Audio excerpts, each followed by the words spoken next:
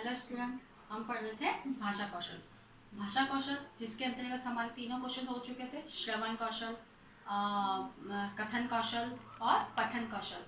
ठीक है, आज जो है हमारा सबसे अंतिम है वो है लेखन कौशल, जो कि बहुत कौशल की दृष्टि से बहुत ही महत्वपूर्ण है। लेखन कौशल, अब लेखन कौशल जो है उसकी उत्पत्ति होने से पूर्व, ठीक है, मतलब लेखन कौशल जो है उसके आने से पूर्व जो है क्या था कि प्राचीन समय में सबसे पहले मतलब लिखकर विचारों की जो अभिव्यक्ति की जाती है, उससे पहले लोग क्या करते थे कि मतलब एक व्यक्ति द्वारा हमेशा ही प्राचीन समय में अपने हाव भावों को जो व्यक्त करने का जो तरीका था वो क्या था, इशारों के माध्यम से, ठीक है, और अपने शरीर के हाव भाव से, ठीक है, अंगों के संचालन से जो थे वो अपने विचारों की अभिव्यक्ति किया करते थे। ठीक है, तो क्योंकि उस समय क्या है, वर्णमाला नहीं थी, उस समय अक्षर नहीं थे, न लेखन की प्रक्रिया थी जिसके माध्यम से वो लिखकर अपने विचारों को अभिव्यक्त कर सके। तो वहां पर उस समय क्या है, मतलब अपने भावों को अभिव्यक्त करने के लिए सबसे पहले प्रारंभ में जो प्रक्रिया रही वो शरीर के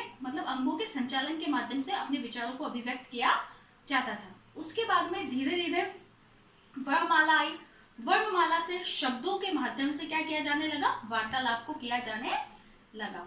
शब्दों के माध्यम से फिर वार्तालाप को किया जाने लगा। तो फिर ये वार्तालाप का जो कार्य था वो कुछ समय तक तो चला, ठीक है, कुछ समय तक चला। फिर वर्णों में और क्या हुआ, वर्णों में और विकास हुआ, और फिर वर्णों में विकास होने के बाद में लिपि का विकास हुआ। ठीक है, लिपि का विकास करने के बाद में, लिपि का जब विकास हुआ तो इन वर्णों को, जो वर्ण थे हमारे जो हिंदी भाषा में जो वर्ण थे लिखने के, उन वर्णों को फिर लिपिबद्ध किया गया। ठीक है, और लिपिबद्ध करने के बाद में, ठीक है, उनको वर्णों को लिपिबद्ध करने के बाद में क्या किया गया, उनका लेखन कार्य के लिए उनको प्रयुक्त किया जाने लगा। ठीक है, इसीलिए हम कह सकते हैं कि अब जो प्रक्रिया है वो कैसी है, विचारों को अभिव्यक्त जो किया जाता है उसका माध्यम क्या है, कथन भी है और लेखन भी है। ठीक है, तो आप बोल के भी अपने विचारों की अभिव्यक्ति कर सकते हो और लिखकर भी अपने विचारों की अभिव्यक्ति कर सकते हो। तो इस प्रकार से जो लेखन कौशल है वो उत्पन्न हुआ और लेखन कौशल का विकास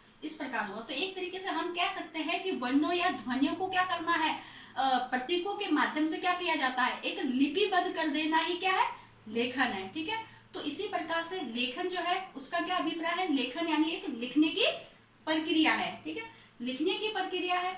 अब साथ में लिखने की प्रक्रिया है, अब इसका अर्थ तो पता चल गया। अब उसको लेखन को लेके देखो, एक थिंकर हुए जिनका अपन ने डेफिनेशन पहले भी पढ़ चुके हैं, बेकन। बेकन के अनुसार, ठीक है, बेकन के अनुसार इन्होंने क्या कहा है कि वाचन एक पूर्ण मनुष्य बनाता है। ठीक है, वाचन जो है, देखो बेकन जो अपन ने वाचन कौशल में भी पढ़ा था इनकी परिभाषा को, तो बेकन जो थे इन्होंने, विद्वान ने क्या कहा कि जो वाचन है, देखो हम लेखन पढ़ रहे हैं लेकिन वाचन में उन्होंने क्या कहा था कि वाचन जो है, केवल वाचना यानी पढ़ना जो है वो केवल मनुष्य को क्या बनाता है, पूर्ण बनाता है। लेकिन अब इसके अंतर्गत इन्होंने क्या डेफिनेशन दे दी है, अब इसी के अंदर बेकन ने क्या कहा है कि लेखन जो है वो सही मनुष्य बनाता है। मतलब पहले इन्होंने वाचन में ये कहा कि वाचना यानी पढ़ना जो है वो केवल व्यक्ति को क्या करता है, एक पूर्ण व्यक्ति बनाता है, पूरा व्यक्ति बनाता है। लेकिन वही इन्होंने क्या बात कही है कि लेखन कौशल जो है, जिस व्यक्ति में लिखने कर अभिव्यक्त करने की क्षमता होती है, वो व्यक्ति कैसा होता है, अपने आप में एक सही व्यक्ति होता है। ठीक है, इन्होंने फिर यहाँ पर कौन सी डेफिनेशन दी कि वो एक क्या है, सही मनुष्य बनाता है। मतलब लेखन कौशल मनुष्य को सही मनुष्य बनाता है। नेक्स्ट आगे महात्मा गांधी के अनुसार, ठीक है, महात्मा गांधी के अनुसार भी इसकी जो परिभाषा है वो दी गई है कि सुंदर और पठनीय हस्तलेखन मनुष्य को जीवन के सभी क्षेत्रों में पूर्ण बनाता है।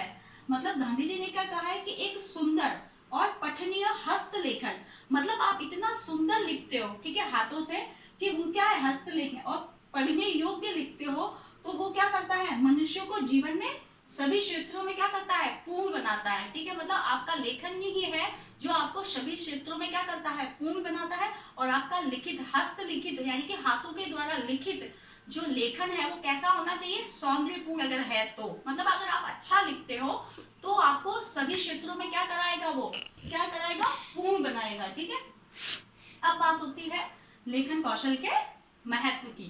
ठीक है, तो लेखन कौशल के महत्व है वो इस प्रकार है कि लिखने का देखो महत्व क्या है। पहला आ गया मस्तिष्क एवं अंगुलियों दोनों सक्रिय, ठीक है, मतलब इसमें दोनों ही सक्रिय रहती है। अब लेखन कौशल का पहला क्या है भाई, लिखना तो आप हाथ से करते हो ना, लिखते तो हम हाथ से हैं, लेकिन साथ साथ में क्या है हमारा दिमाग, विचार कहाँ आते हैं, हमारे मस्तिष्क में आते हैं, ठीक है। तो क्या चीज क्या प्रभावी रही, मतलब सबसे पहले विचार तो हमारे, तो इस लेखन का एक और महत्व सबसे पहला यही है कि विचार सबसे पहले हमारे दिमाग में उत्पन्न होते हैं, तो इससे हमारे दोनों चीजें सक्रिय रहती है, मतलब दिमाग भी सक्रिय रहेगा और दिमाग का काम करने के साथ साथ हाथ भी काम करते हैं, ठीक है। तो पहले विचार हमारे दिमाग में आते हैं, मस्तिष्क में आते हैं, उसके बाद व्यक्ति उसको लिखने का प्रयत्न करता है और फिर उनको लिखता है। तो जो दिमाग में, जो मस्तिष्क में भाव होते हैं, जो इंसान के मस्तिष्क में जो भाव है जिनकी वो अभिव्यक्ति करना चाहता है, वो लेखन के माध्यम से करता है। फिर है विचारों एवं भावों का मूर्त रूप, ठीक है। अब लेखन के माध्यम से क्या होता है, जो आपके विचार है, जो आपके भाव है, उनका कैसा रूप हो जाता है, मूर्त रूप। क्योंकि क्या कर रहे हो आप, लेखन के माध्यम से आपके मस्तिष्क में आए विचारों और भावों को क्या करते हो, लिखते हो। और जब आप उसे लिखते हो तो आप उसे कभी भी किसी भी समय पढ़ सकते हो, उसे देख सकते हो, उसे छू सकते हो। और जिस वस्तु को अपन देख सकते हैं, छू सकते हैं, वो कैसा रूप होता है, उसका मूर्त रूप होता है। तो आपके भावों को जब लिखी हुई प्रति आपके पास होगी तो वो उसका कैसा रूप होगा, मूर्त रूप। तो इसी प्रकार से आपके विचारों और भाव तो जो मस्तिष्क में थे उसका कैसा रूप सिद्ध हो गया, मूर्त रूप। यानी कि आप अपनी लिखी हुई वस्तु जो है उसके मूर्त रूप देख पाओगे, ठीक है। ये महत्व होता है लेखन का। उसके बाद नेक्स्ट है भाषा या विषय में पूर्ण दक्षता, ठीक है। क्या है, आप अपने भाषा और विषय में क्या है, पूर्ण दक्षता तभी प्राप्त कर सकते हो जब आप क्या करते हो, आपका लेखन कैसा होगा, सुंदर होगा, ठीक है। किसी भी व्यक्ति के लिए, किसी भी छात्र के लिए, किसी भी अध्यापक के लिए सबसे बड़ी बात यही है कि अपनी भाषा और विषय पे आप पूर्ण दक्षता तभी प्राप्त कर सकते हो जब आपकी भाषा कैसी हो, शुद्ध हो, स्पष्ट हो, ठीक है। आप जो अक्षर लिखते हो उसकी बनावट कैसी हो, सुंदर होने के साथ साथ आपके अक्षरों का जो आकार है वो भी अच्छा होना चाहिए, ठीक है। आपकी लिखावट में स्पष्टता होनी चाहिए। साथ ही साथ में जब आप वो जब लिखते हैं, तो जब आप किसी भी पंक्ति को लिखते हो तो उस पर जो लाइन खींचते हैं, जिसे शिरोरेखा बोलते हैं, आई थिंक, हाँ शिरोरेखा बोलते हैं। तो वो शिरोरेखा जो खींचते हैं, मतलब जो लाइन खींची जाती है वो अवश्य खींची हुई होनी चाहिए।